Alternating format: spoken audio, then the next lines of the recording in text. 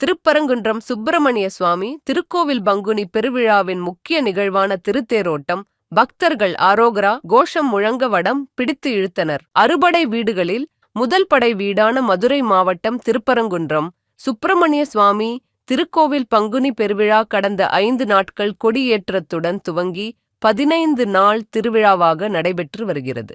திருவிழாவை முன்னிட்டு தினமும் சுவாமி காலையிலும் பல்வேறு வாகனங்களில் எழுந்தருளி பக்தர்களுக்கு அருள் பாலித்து வந்தனர். விழாவின் முக்கிய நிகழ்வான ஸ்ரீ சுப்பிரமணிய சுவாமி தெய்வானை திருக்கல்யாணம் வெகு விமர்சையாக சிறப்பாக நடைபெற்றது.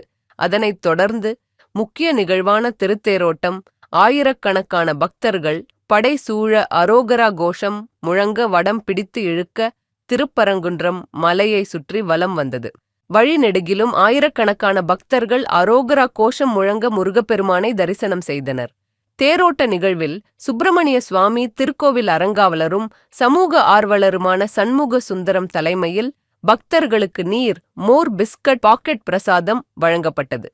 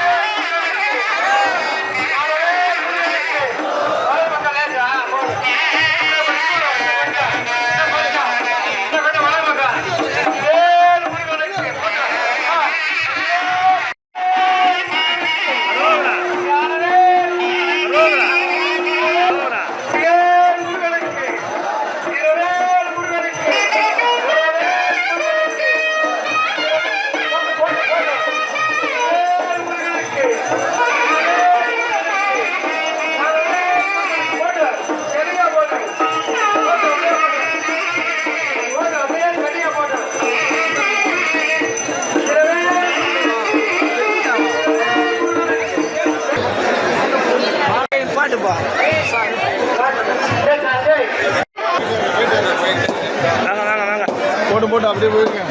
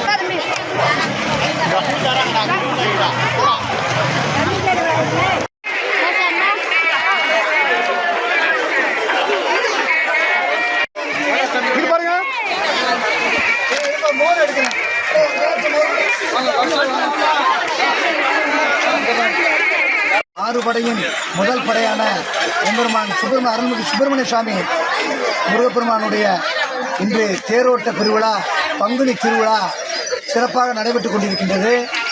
படம் பிடிப்போம் வளம் பெறுவோம் என்ற வாசகத்திற்கேற்ப பொதுமக்கள் அனைவரும் பக்தருடைய அனைவரும் சிறப்பாக தேரை இழுத்துக் கொண்டு சென்று கொண்டிருக்கின்றனர்.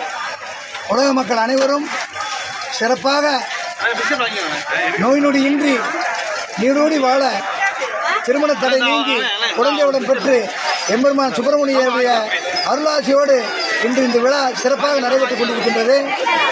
பொதுமக்கள் பக்தருடைய அனைவருக்கும் வருக வருக என நான் அறங்காவலர் என்ற முறையில் வரவேற்கின்றேன். பக்தருடைய அனைவருக்கும் இந்த ஒரு நீர்மோர் பந்தலை ஏற்படுத்தி அன்னதானத்தை துவக்கி வைத்திருக்கின்றேன். உங்கள் அனைவருக்கும் நன்றியினை தெரிவித்துக் கொள்கின்றேன். வாழ்க வளமுடன்.